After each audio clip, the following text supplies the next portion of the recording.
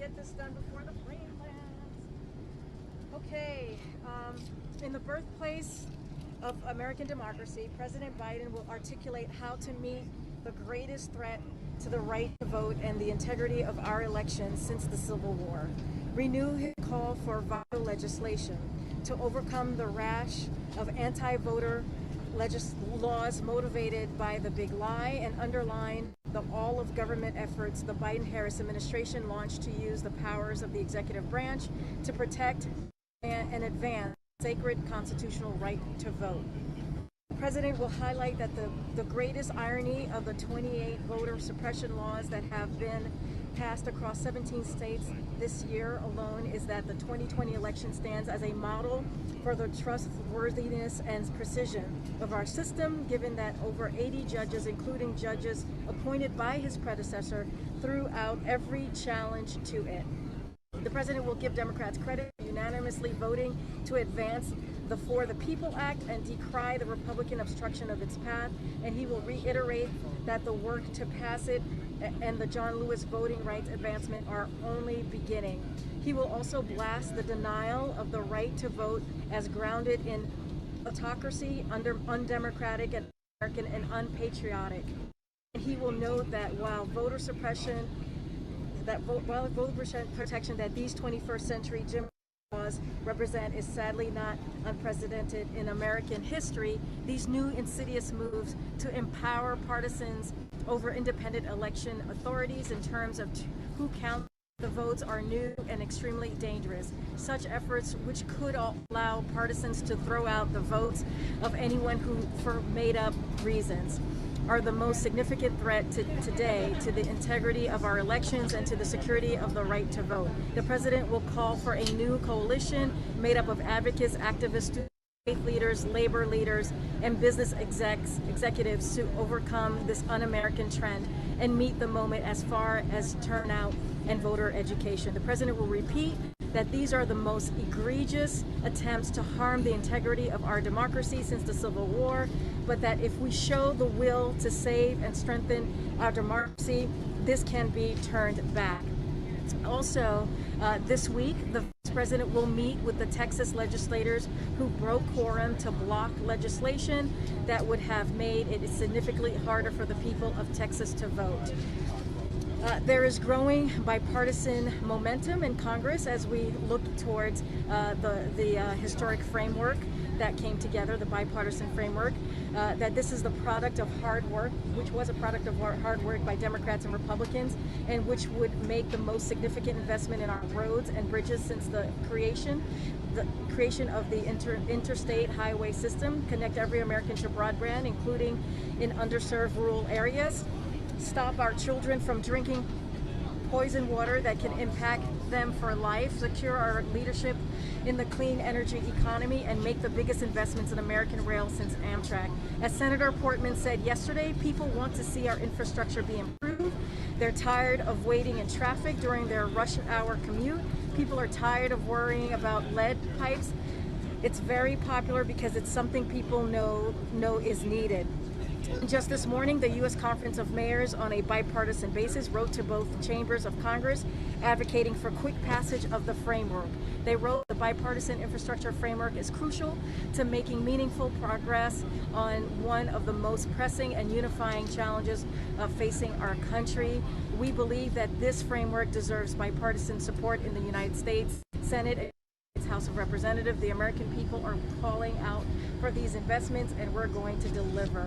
One last thing, following up on Jen's announcement of us continuing to read out some of the innovative activities we are doing to get more Americans vaccinated. Tomorrow, Olivia Rodrigo will come to the White House to meet with the President and Dr. Fauci and record videos about the importance of young people getting vaccinated, including answering important questions about getting vaccinated. The videos will be featured on Olivia's channels, 28 million plus followers across the channels and the White House social pages.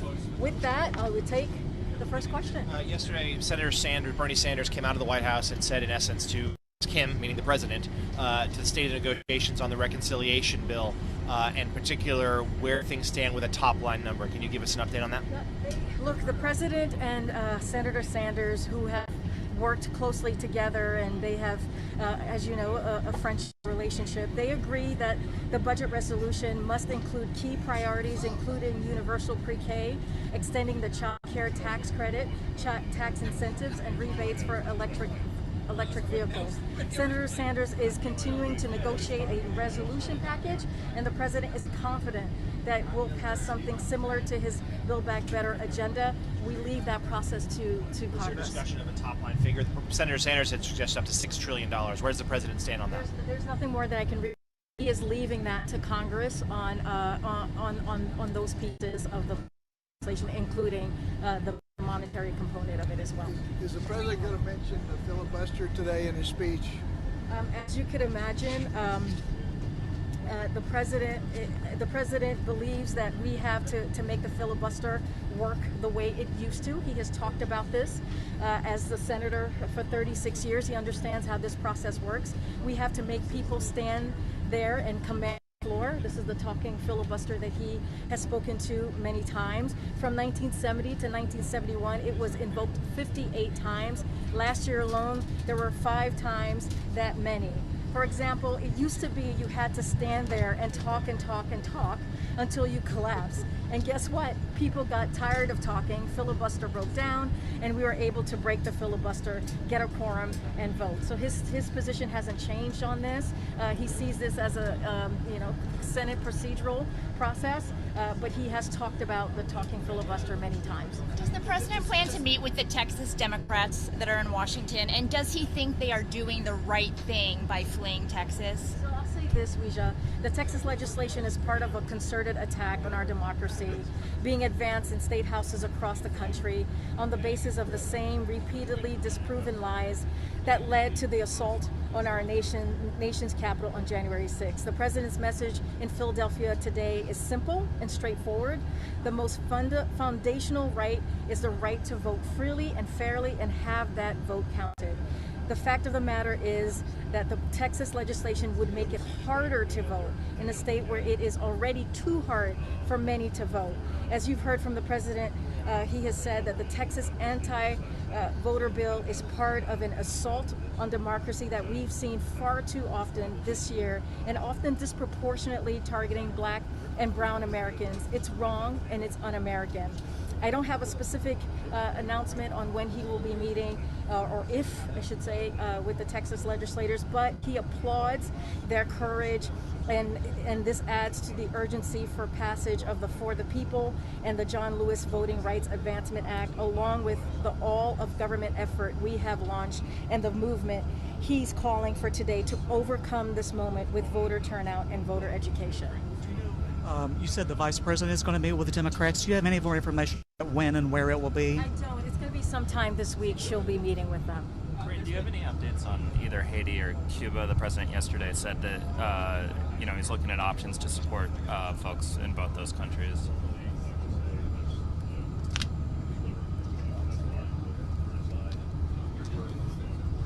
So as you mentioned, Justin, the president said yesterday, we are closely following the developments in Haiti in the wake of the horrific assassination of their president that recently took place. Reiterate our deepest condolences to the family of President Moise and to the Haitian people, and wish First Lady Martine Moise a swift recovery. And to echo the president, the people of Haiti deserve peace and security, and Haiti's political leaders need to come together for the good of their country.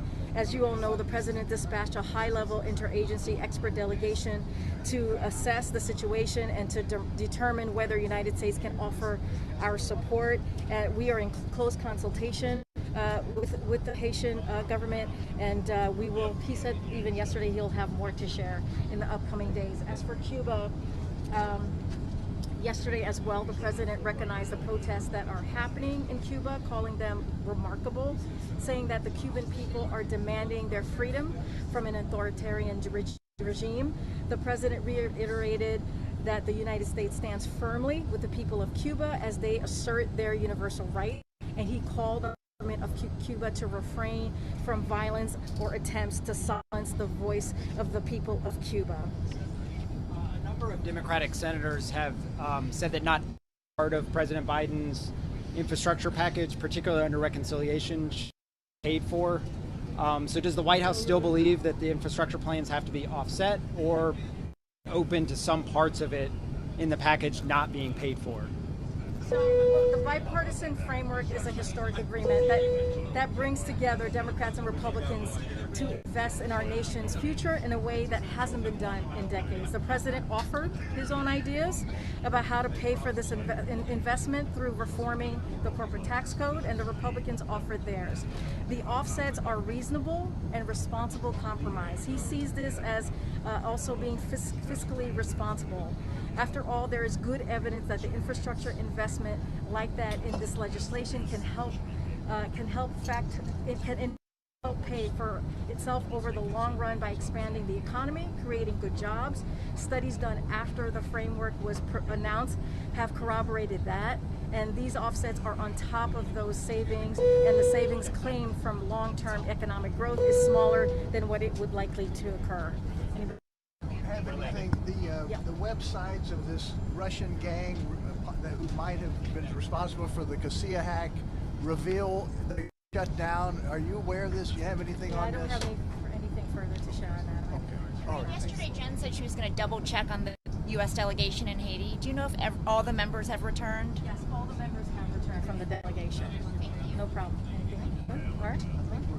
Okay. Thank you. You guys made that easy. Thanks, everybody. Hold on.